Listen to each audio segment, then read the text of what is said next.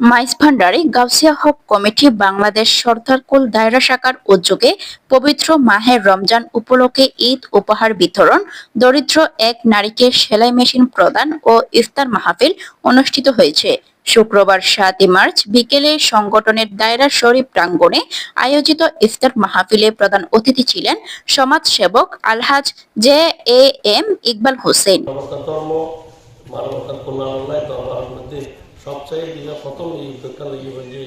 Gausia hoc committee যেগুলো মাঝবান্ধে কাজ করি তাই প্রথমে এই শুরু হয়েছে এবং মানবতার সংগঠনের সভাপতি উসমান গনি মোরাদের সভাপতিত্বে ও সিনিয়র সদস্য